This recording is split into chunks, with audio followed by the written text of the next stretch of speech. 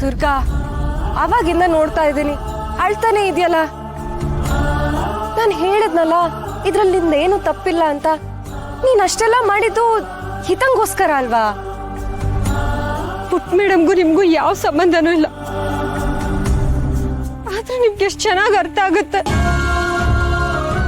ಆದ್ರೆ ಆ ಆಸಮಿಗೆ ಇದನ್ನೆಲ್ಲ ಅರ್ಥ ಮಾಡ್ಕೋಬೇಕು ಅನ್ನೋ ಕನಿಷ್ಠ ಸೌಜನ್ಯ ಕೂಡ ಇಲ್ಲ.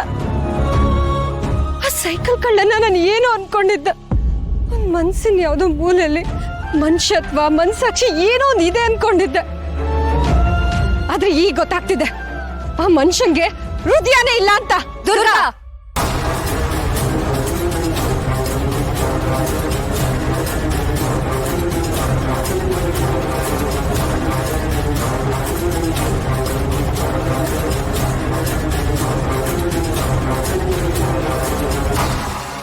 ಎಷ್ಟು ಅಂತ ಶರತ್ ಮೇಲೆ ರೇಗಾಡ್ತಿದ್ಯಾ?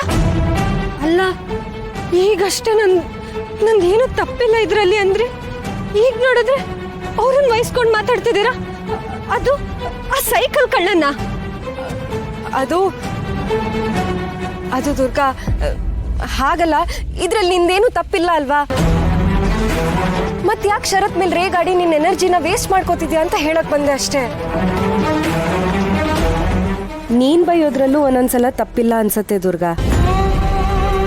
ಅವ್ರಿಗೆ ಮಾಯನ್ ಕೆಟ್ಟ ಮನ್ಸೆ ಗುಡ್ಸಕ್ಕಾಗಲ್ಲ, ನಿನ್ ಒಳ್ಳೆ ಮನ್ಸು ಅರ್ಥ ಆಗತ್ತಾ? ಅವ್ರು ಪ್ರತಿ ಸಲ ನಿನ್ನ ಅಪಾರ್ಥ ಮಾಡ್ಕೋತಾನೆ ಇದ್ದಾರೆ.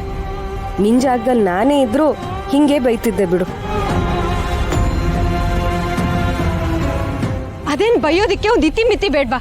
ಕುಂಭದ್ರೋಣ ಮಳೆ ಸುರಿದಂಗೆ ರಪ್ಪಂದ ಸುರಿತಾನೆ ಇರೋದು. ಅಲ್ಲ, ಅವ್ರು ನನ್ನ ಏನ್ ಅನ್ಕೊಂಡಿದ್ದಾರೆ? ನನ್ನ ನೋಡಿದ್ರೆ ಏನ್ ಕಳ್ತನ ಮಾಡೋಳ್ತರ ಕಾಣ್ತೀನ?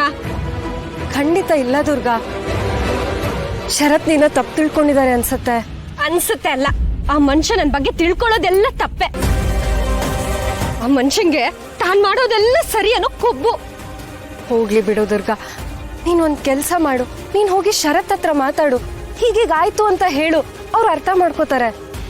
ದೊಡ್ಡ ನಮಸ್ಕಾರ. ನಾನು ಹೋಗಿ ಆ ಸೈಕಲ್ ಕಳ್ಳನ ಹತ್ರ ಮಾತಾಡೋದು ಒಂದೇ, ಅಂಗೈ ತೋರಿಸಿ ಅವಲಕ್ಷಣ ಹೇಳ್ಸ್ಕೊಳ್ಳೋದು ಒಂದೇ. ಕೆಲವರಿಂದ ನಾನು ದೂರ ಇರೋದೇ ಒಳ್ಳೇದು. ಅವ್ರು ಈಗಾಗ್ಲೇ ನಂಗೆ ಬೈದಿರೋದು ಇನ್ನೊಂದು ಜನ್ಮಕ್ಕೂ ಆಗಷ್ಟು ಬೈದಿದ್ದಾರೆ.